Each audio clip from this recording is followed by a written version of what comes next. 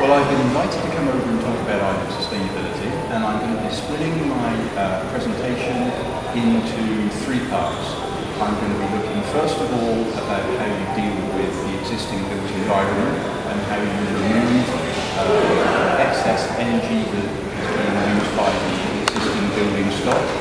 Then I'm going to look at, within the existing constraints of the current economic market, how you can build new buildings without the problems of the past that are low energy, high efficiency buildings, and all of that in terms of that saves money, where the business case stacks up. And then I'm going to conclude by looking at what we call blue sustainability, which is a move on from the green movement in terms of where it's possible to create jobs, wealth, and abundance from what we already have. So I'll be looking at how you can convert waste into energy, how you can gain agriculture and water without high food security, energy security and water security, which are the all-important issues around an island economy. Less than 2 days. What are some of the things you notice immediately that Guam should work on right away? Well, I think what I would say is that first of all, it's a very beautiful island, and what a wonderful place to come and do a presentation. I have to say, I think it's the most lovely setting that I've presented in. And looking around so far, I think Guam is on the beginning of its journey in terms of sustainability. And I always look at sustainability as being a journey, and you've got to start somewhere. I think Guam overall is at the beginning of its journey, and that is not a bad thing, because what it means is you can begin to take steps now, learning from best practice in other parts of the world without going through the pain of should you do this or should you do that. You can go straight to the current thought and best practice and leapfrog all the mistakes that have been made by others. So in short, I see lots of low-hanging fruit.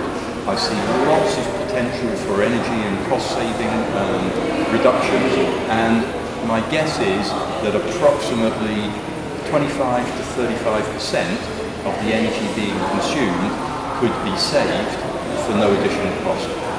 Sounds awesome. And you have over 25 years of experience in business. I was checking out your website right before we came here. What made you want to go out and help communities around the Australia, Asia, Pacific region, and come to places like Guam? Well, when I was first at university, I had two choices. I could either be an activist and be on the outside with people being resistant to listening, or I could choose to be on the inside and be a change agent within businesses.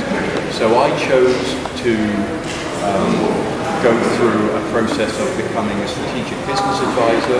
So I did an MBA and a doctorate in business, not sustainability, and therefore became an interpreter for the sustainability agenda within the business community. So I always talk to businesses in a language that they understand. I talk about, return on investment, internal rates of return, payback periods, and how to create wealth and abundance within a business by doing the right thing. Awesome. Anything else you'd like to add about your trip for sustainability? No, only that what a wonderful place, and I'd love to come back. I'm looking forward to getting engaged with the university here and students, and to see how you can maintain this beautiful island and not see some of the mistakes that other islands have made being repeated here. Okay. What other islands for that? Oh, let's look at Bali, for example. Bali.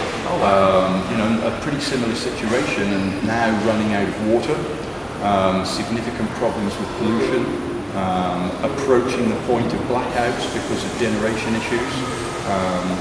It's got high volume tourism but low spend. So its tourism has become degraded in terms of that there's more tourists, but they're spending less. And so I think that you've got to make sure that the challenges you're faced with are dealt with in a very a sophisticated way. And I gather you guys have got a particularly significant and imminent issue with the redeployment of the American fleet. Right. So that's going to give you, I think, another 6,000 people who are all going to require power, water, electricity, food, housing, and it's going to stress an already. So I think that, again, you have a tremendous opportunity. It could be a risk, but if you tackle it in the right way, it can indeed be a tremendous opportunity to maintain this beautiful island in the way that it is. Well said. Thank you so much. My pleasure. Thank you.